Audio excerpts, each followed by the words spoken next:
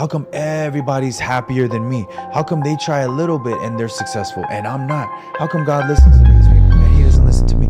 Hey guys, thank you so much for joining us here on Untrained Reacts.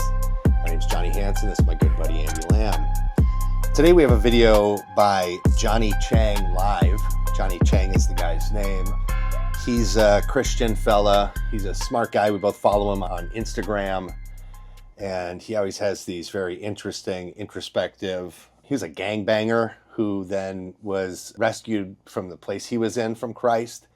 And he's got excellent testimony. He puts out very tangible, relevant, relational videos about Christ. Yeah, he does a good job. He was to where he's at today and just sharing his story. It's a pretty beautiful thing. And so he's doing an interview today with this guy about basically your mental health and the thoughts that we have, especially at nighttime when you're laying in bed and you're going through some struggles in life, and the devil's very crafty about how he comes in and speaks to you. So we're going to watch this video and we'll react.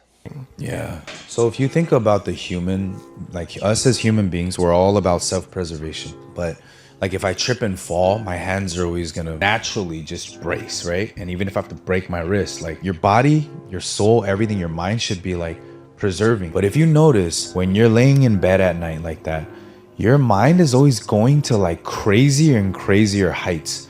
And at the end, if you allow your mind to keep going, it's always feelings of inadequacy, feelings of just depression, loneliness, emptiness, which is stuff that you don't want to feel, but it goes that way. And then you're like, the last stop is like ending your life. Like that's how my thought process would be, at least. And I think a lot of people can relate. I'll start with, I'm tired. Then I'll be like, I'm not worthy. Then I'm like, it's because I'm lazy. And then random flashbacks of my past will come up, condemning me. And then I'll be like, man, I should have did this right. Man, I didn't know why I did, because I'm stupid. That's why. what I really love about what Johnny does here is his transition. It's never these instantly dark thoughts. It's, I'm tired. I'm not worthy. Self-condemnation. I'm lazy. I've made too many mistakes in my life. Right. And so then he just starts listing all these things off. And at the end of it, you come up with, what's the point of me even being here? It's the concept of 2 Corinthians 10:5. It says, take captive every thought and make it obedient to Christ. And I think this is where the devil is really crafty when you have a past like I have, is this self-condemnation. The devil is very crafty at reminding us of all the mistakes that we used to make and the people that we used to be. And so consequently, if we start believing those things, then it makes us lukewarm, or it makes us stagnant. And so now the voice that we would have be a greater voice for hope for people that are stuck in that is no longer there anymore, because we bought the lie. And I love the way that Johnny explains it in that video. Continue. And like, how come everybody's happier than me? How come they try a little bit and they're successful and I'm not? How come God listens to these people and he doesn't listen to me? And it's just this spiraling. That piece, I wanted to get that piece out. That's something I struggle with all the time. Growing up the way I did, we were very poor, obviously, as I explained. And I still have these issues of why are so many other people blessed in these ways that would, I think, in me somehow produce happiness. Because that's really what I'm equating it to. If I just got those things that those people have, I could then be happy.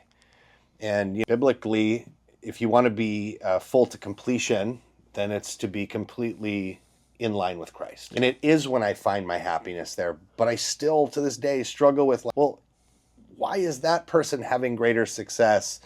And I don't, rather, go back and analyze, where's their success coming from? How long have they been doing this? What are their intentions? And really stop concerning myself with the proverbial them altogether and start really refocusing my attention back to Christ. What is he saying about what I'm doing? Am I aligning myself with what his desires, and then will it be fruitful for his kingdom? Because if any of those answers are no, well, then maybe I'm not on the right path anyways, and that's why he's not blessing it. I'm really glad you brought that up, because I think in this day and age, we use everybody else's success as a scoreboard. right? And so I look at my life and I make judgments on my life and what I'm doing with my life based on what other people are doing, the neighborhood they live in, the car that they're driving, the bank account they have, the trophy wife they have, the kids that they have.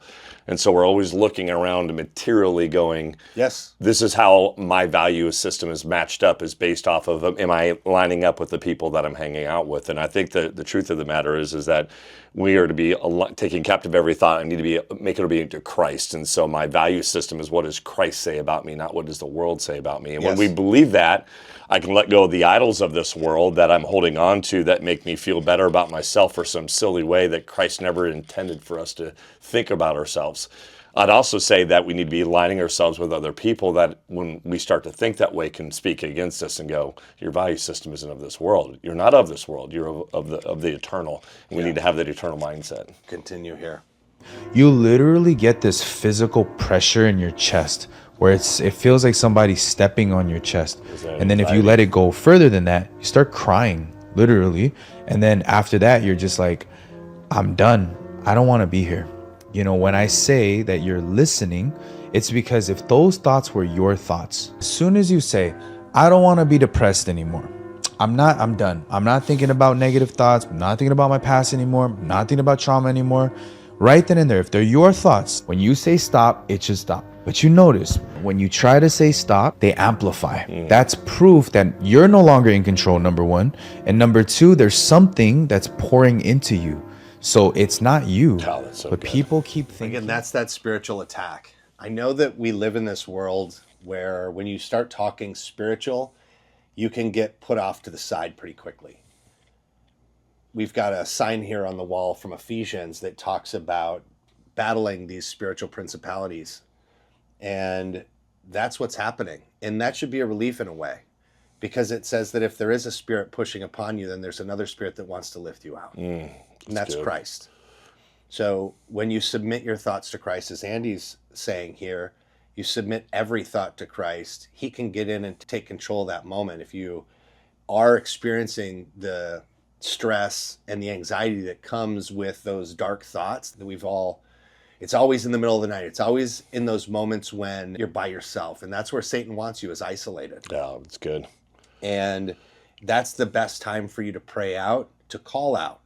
Say it audibly, and then reach out to somebody, even if it's the middle of the night.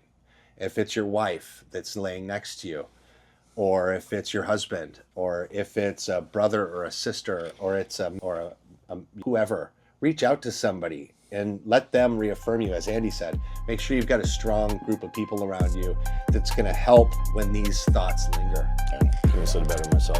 Awesome. Again, this is Untrained Reacts. We're reacting here to Johnny Chang, and the video will be included in the show notes. So thanks again for joining us, guys. UPD. We'll see you soon. Check it out.